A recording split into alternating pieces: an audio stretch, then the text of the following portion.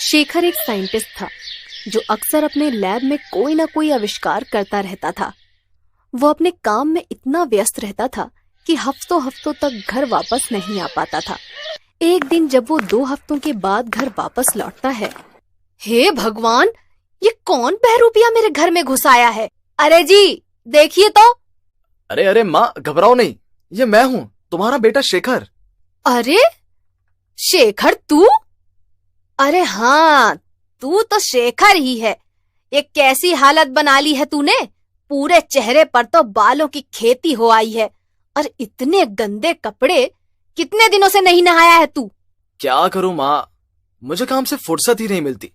आजकल एक प्रोजेक्ट के काम में बहुत ज्यादा बिजी हूँ।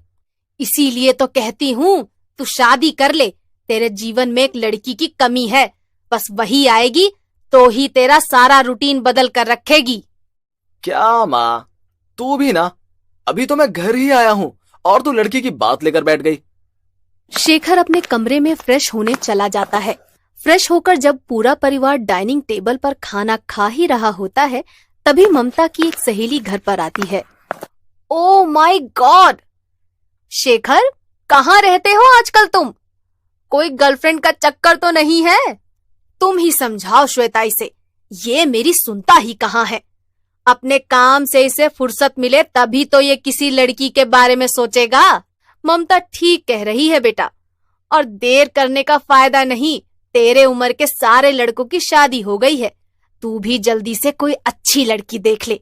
बेचारी ममता तो दिन भर अपनी बहू के सपने देखती है। ओके ओके ठीक है, आप लोग टेंशन मत लीजिए, मैं इस बार माँ के लिए बहू ले ही आऊंगा। शेखर मन ही मन सोचता है, माँ को कह तो दिया कि ले आऊंगा, पर कहाँ से लाऊं मैं बहू? मुझे तो शादी में कोई दिलचस्पी ही नहीं है, और एक माँ है कि मानती ही नहीं। तभी शेखर से मिलने उसका बेस्ट फ्रेंड करण आता है। शेखर सारी बातें करण को बताता है। इतनी छोटी सी बात, तुम तो एक साइंटिस्ट हो शेखर, तुम्हें किस चीज की टेंशन? अपनी माँ को एक रोबोट बहू ला कर दे दो। करण की बात सुनकर शेखर को बहुत राहत महसूस होती है। वो बहुत खुश हो जाता है और अपनी माँ से जाकर कहता है, तैयारी शुरू कर दे माँ, 1 महीने के अंदर ही मैं तेरे लिए बहू घर लेकर आ रहा हूँ। ये कहकर शेखर अपने लैब में चला जाता है और रोबोट बनाने की तैयारी करने लगता है। 20 दिन की कड़ी मेहनत के बाद रोबोट पूरी तरह बनकर तैयार हो जाता है। वाह, हो गई मेरी माँ की बहू तैयार। अब बस इसमें इंसानी फीचर्स का डेटा अपडेट कर देता हूँ, पर इसका चेहरा कैसा बनाऊं? हर लड़का चाहता है कि उसकी बीवी बिल्कुल उसकी माँ की तरह हो। तुम क्यों ना ममता आंटी जैसी अपनी यंग एज में लगती थी, वैसे ही मिलती जुलती शक्ल इस रोबोट की बना दो। अरे वाह यार करण, तू ही मेरा सच्चा दोस्त है यार। क्या मस्त आइडिया दिया तूने। आज से रोबोट का नाम पिंकी। रोबोट को पूरी तरह तैयार और चार्ज करके शेखर अपने घर पर पहुंच जाता है, जहां उसकी माँ पहले से ही बहू के आने की तैयारी में लगी हुई थी। उसने अपनी किटी पार्टी की सारी सहेलियों को भी घर पर बुला लिया था। ले माँ, तेरी बहू को ले ही आया। ओह गॉड, ममता, इसकी शक्ल तो बिल्कुल तुझसे मिलती है। लगता है कॉलेज के दिनों वाली ममता को देख रही हूँ। मैंने तो सुना था कि हर लड़का अपनी माँ जैसी ही पत्नी चाहता है, पर मेरा बेटा तो सच में मुझ जैसी ही पत्नी ले आया। आओ बेटी, अंदर आओ। नहीं मम्मी जी, पहले मैं आपके पैर छूंगी। क्या संस्कार है बच्ची के। वाह वाह, मेरे तो भाग्य खुल गए। हाँ हाँ बेटी, छू ले, आजा। इसी दिन का तो मुझे इंतजार था। पिंकी और शेखर घर में आ जाते हैं और सभी लोगों के साथ लिविंग रूम में सोफे पर बैठ जाते हैं। हम तो तुम्हारे बारे में कुछ जानते ही नहीं पिंकी, जरा बताओ तुम और शेखर कब मिले? लैब में 1 महीने पहले। बस 1 महीने पहले? हाँ हाँ, बस 1 महीने पहले। 1 महीने पहले मेरी लैब और मेरी लाइफ में Pinky as a junior researcher आई है। अच्छा बेटा, तुम्हें खाने में क्या पसंद है? मैं खाना नहीं खाती, चार्ज होती हूँ। 1000 वॉट की बिजली सुबह और 1000 वॉट की बिजली शाम को। शेखर, ये पिंकी क्या कह रही है?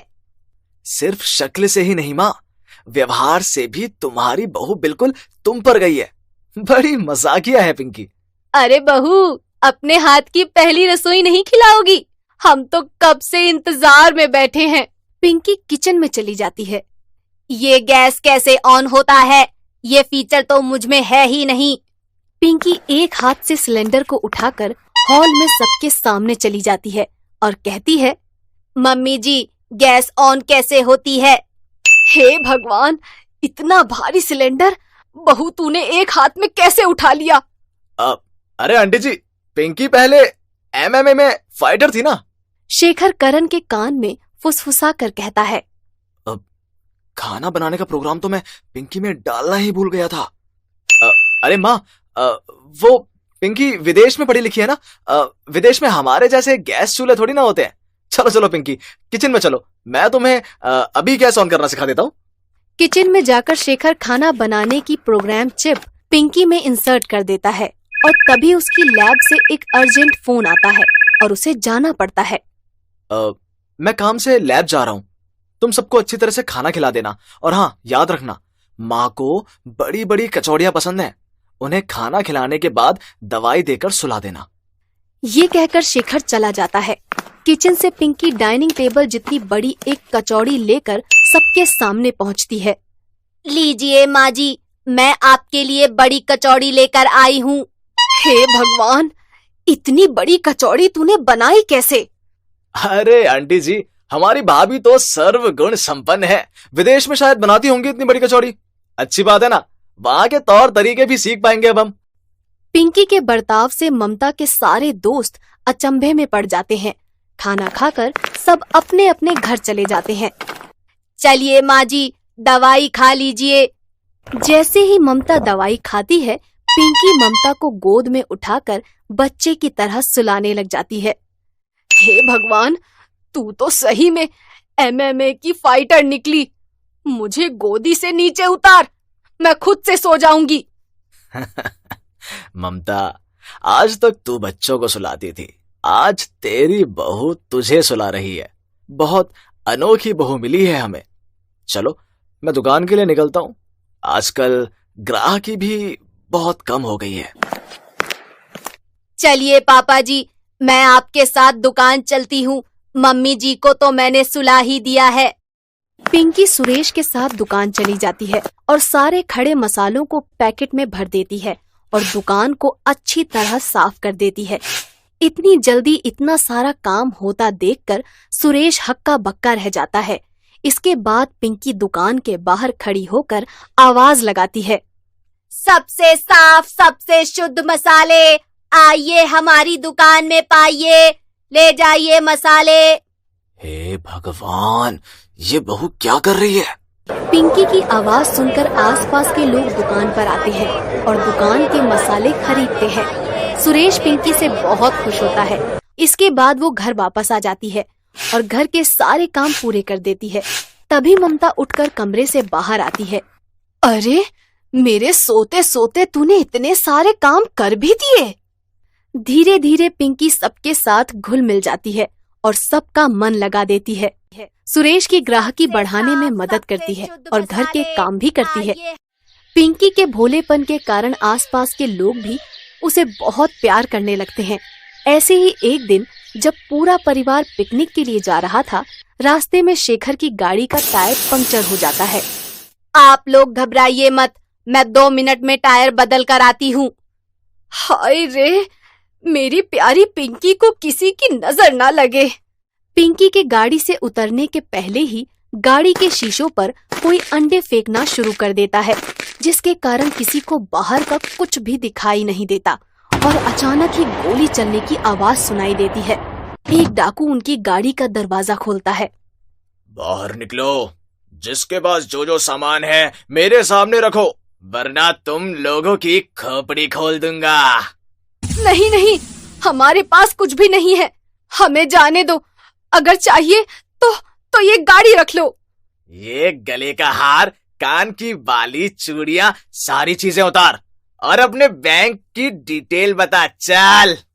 ये कहकर डाकू ममता को एक थप्पड़ मारता है और ममता जमीन पर गिर जाती है। मैं तुम्हें छोड़ूंगा नहीं। तुमने मेरी माँ पर हाथ कैसे उठाया? दो डाकू शेखर को दोनों तरफ से पकड़ लेते हैं और उसके सिर पर बंदूक तान देते हैं। पिंकी, पिंकी हमें बचाओ, ये मेरा कमांड है। पिंकी हवा की तरह गोल गोल घूमती है और सारे डाकुओं से बंदूक छीन लेती है और उन्हें बांध देती है। शेखर तब तक पुलिस वालों को फोन कर देता है। तभी पीछे से एक डाकू एक हथौड़ा लेकर पिंकी के कंधे पर मारता है। पिंकी का हाथ अलग होकर जमीन पर गिर पड़ता है और उसके सिस्टम का एक वायर लूज हो जाता है और वो जमीन पर गिर पड़ती है। कमांड पूरा नहीं हो पाया, sorry sir, I need repayment. फौरन पुलिस मौकाए वारदात पर पहुंचती है और गुंडों को पकड़कर ले जाती है। इस हादसे के कारण पिंकी की सच्चाई सबके सामने आ जाती है। सब वापस घर आ जाते हैं। अब सच्चाई आप लोगों के सामने आ ही चुकी है तो ये नाटक करने का और फायदा नहीं। मैं पिंकी को हमेशा हमेशा के लिए डिसमेंटल कर देता हूं। भले ही वो बच्ची एक रोबोट थी, पर कभी ऐसा महसूस ही नहीं हुआ। वो नहीं रहेगी तो घर सूना हो जाएगा, पर सच्चाई जानने के बाद शायद अब उसका इस्तेमाल करना भी गलत होगा।